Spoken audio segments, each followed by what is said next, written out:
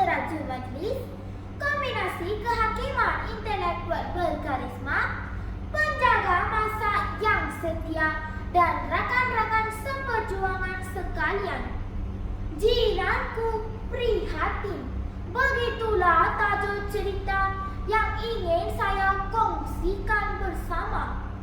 Puan Meling merupakan seorang ibu kepada anak tunggal yang bernama Jason.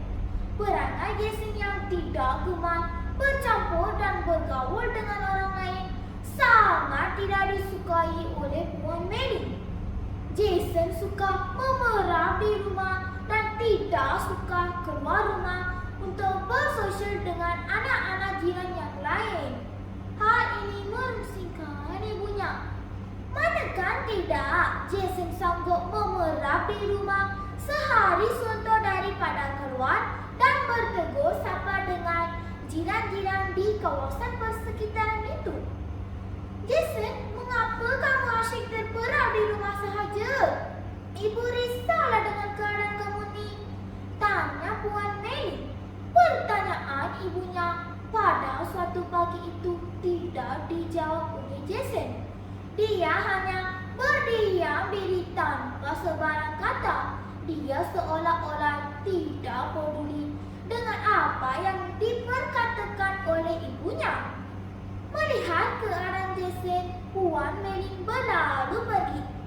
Dia tahu bahawa Jason tetap enggan bercampur dengan anak-anak jiran yang berbangsa Melayu, walaupun banyak nasihat telah diberikan kepadanya. Nasihat yang diberikan itu bagaikan mencurah air ke daun keladi dan masuk telinga kanan, keluar telinga kiri. Keesokan harinya, Puan Meling memujuk lagi Jason supaya bersosial dengan jiran mereka. Beliau menegur Jason agar tidak bersikap seperti kata di bawah tempurung. Hal ini akan menyukarkan masyarakat untuk saling mengenali antara satu sama lain. Namun begitu, Jason memberikan bermacam-macam alasan untuk tidak bergaul dengan jirannya. Dia mengatakan bahawa jiran-jirannya hanya suka menjaga tepi kain orang lain. Puan Meling menggeleng-geleng kepalanya apabila mendengar jawapan yang diberikan oleh Jason itu. Suatu petang, seorang daripada anak jiran Puan Meling, Rahman, menghantar bubur pisang yang dimasak oleh ibunya ke rumah Puan Meling. Pada waktu itu, Jason kebetulan berada di luar rumah. Lalu, Rahman menyapa Jason dan bertanya akan kabarnya. "Hai Jason, sihat ke?" Jason menganggukkan kepalanya tanpa menjawab pertanyaan tersebut. Tanpa putus asa, Rahman tetap mengajukan beberapa soalan kepada Jason. Namun dia hanya menjawab soalan tersebut secara endah tak endah sambil menunjukkan perasaan yang dingin.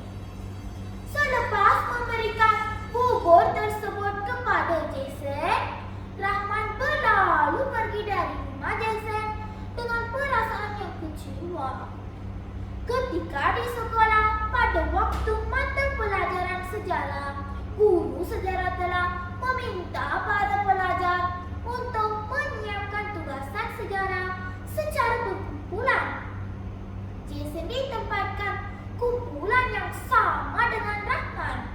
Sepanjang perbincangan berlangsung, sikap Jason tetap tidak berubah dan dia hanya mendiamkan diri umpama keras sumbang. Rahman berusaha untuk membantu Jason bercakap, namun usaha itu tetap tidak berhasil. Namun begitu, dengan takdir Tuhan, pada suatu hari rumah Jason telah terbakar. Kebakaran tersebut berpunca daripada gangguan lintas pintas yang berlaku di bahagian atas rumah Jason. Seluruh kampung gempa dengan kejadian tersebut. Lalu mereka tergesa-gesa pergi ke tempat kejadian. Mereka bekerja sama bagai awal dengan tebing untuk memadamkan api. Puan Meli yang berada di luar rumah teringat akan Jason yang sedang tidur di ruang tamu. Tolong! Tolong! Anak saya masih di dalam rumah. Tolong selamatkan dia. Dia menjerit meminta bantuan orang kampung untuk menyelamatkan permata hatinya itu. Apabila mendengar jeritan tersebut, Rahman segera meluru ke dalam rumah Jason untuk menyelamatkannya. Dia langsung tidak peduli akan api yang menjulang tinggi di dalam rumah tersebut. Akhirnya Jason berjaya diselamatkan, walaupun terdapat kecederaan ringan pada bahagian kakinya. Dia terus dikejarkan ke hospital. Di hospital, Jason terbaring lesu.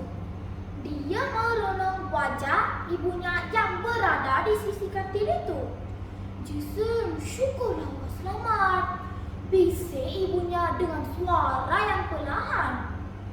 Sejurus kemudian, pintu kamar pesakit dibuka dengan perlahan.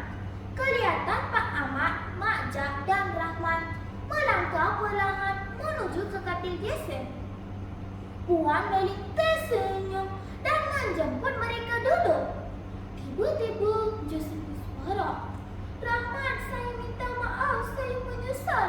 Saya baru memahami erti jiran dan persahabatan." Jason menghulurkan tangannya kepada Rahman. Rahman menyambutnya. Puan Meli memandang wajah Pak Ahmad dan Mak Jak. Puan Meli